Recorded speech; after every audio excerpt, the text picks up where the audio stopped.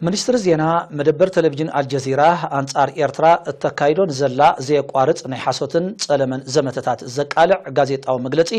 ለሙጽየሎም ሙሉእ ትሕዝቶ ይስዕብ ኣብ ዶሓ ዝመደበራ ቴሌቪዥን አልጀዚራ ናይ ቋንቋታት እንግሊዝን ዓረበኛን ቻነላት ኣብ ሰሙንዚ ዘንቀደ ናይ ሓሶት ወረ ብዛዕባ ኤርትራ ከጋውሓ ቀንየን እዘን ቻነላት ከም ዝበለ ዝደጋገም ሕሱር ዘመተን ውንጀላን አንጻር ኤርትራ ከካይዳ እዚ ናይ ፈለም አይኮናን ኣብዚ ናይ ሰሙን ዝፈነወ መደበር አልጀዚራ ኤርትራ ኣብቲ ኣብ ዓሰብ ዝተደኮነ ወታደራዊ መደበር ሕብራት ኢማራት ዓረብ የመናውያን እስራት ዳጉይናላ ክትብል ወንጀላ እንተኾነ ግን ነዚ ክስዚ ዘረጋገጽ ዘቅረበቶ መርትዖ ወልሐደ የለን እቲ ነቲ ወረ ዘሰነየትሉ ስእልታትን ምስልታትን ድማ ኣብ የመን ናይ ዝርከብ መዳጎንን መደበራትን እስራትን እዩ እዚ ኸኣ ኮነ ኢሉ ዝተገብረ ቁልዑን ነውራምን ሸፈጥዩ ነዚ ወንጀላን ምርጓድ አልጀዚራ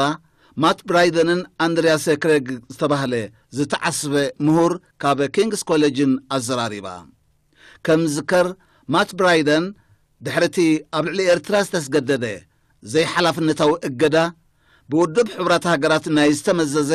ናይ ኤርትራን ሶማሊያን ሞኒተሪንግ ጉጅለ ቀዳማይ አቦን በሪኔሮ እንተኾነ ግን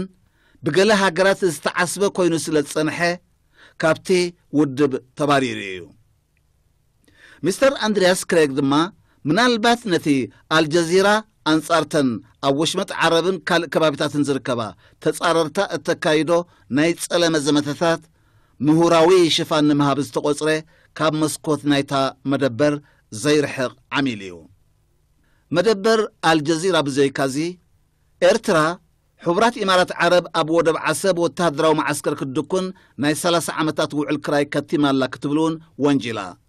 እዝውን ካልእ ውጹእ ሓሶት እዩ ሕብራት ኢማራት ዓረብ ምስቲ ኣብ መቃን ናይቲ ኣብ የመን ዝካየድ ዘሎ ኩናት አንጻር ግብረ ሽበራ ዝቐንዐ ንውሱን ስርሒታት ዘገልግል ግዝያዊ መደበሪው ኣብ ዓሰብ ዘለዋ ዕድመ ናይዚ ግዝያዊ መሳለጥያ ድማ ኣብ ግዜ ናይቲ ዝካየድ ዘሎ ዞባዊ ስርሒታት ዝተመርኮሰ እዩ አልጀዚራን ብድሕሪ መጋረጃ ናይዚ ዘንቀደ ናይ ጸለመ ዘመተ አንጻር ኤርትራ ተሰሊፈን ዘለዋ ገለ ሃገራትን በቲ ኣብ ዞባና ዝርአ ዘሎ እወታዊ ምዕበለታት ሰላምን ዕርቅን ዝተሰናበዳየን ናይ ሓሶት ዘመተን አንጻር ኤርትራ ድማ ነቲ ሓዲርዎን ዘሎ ስጋት ዘጉልሕ ጥራዩ ሚኒስትር ዜና አስመራ 10 መጋቢት 2019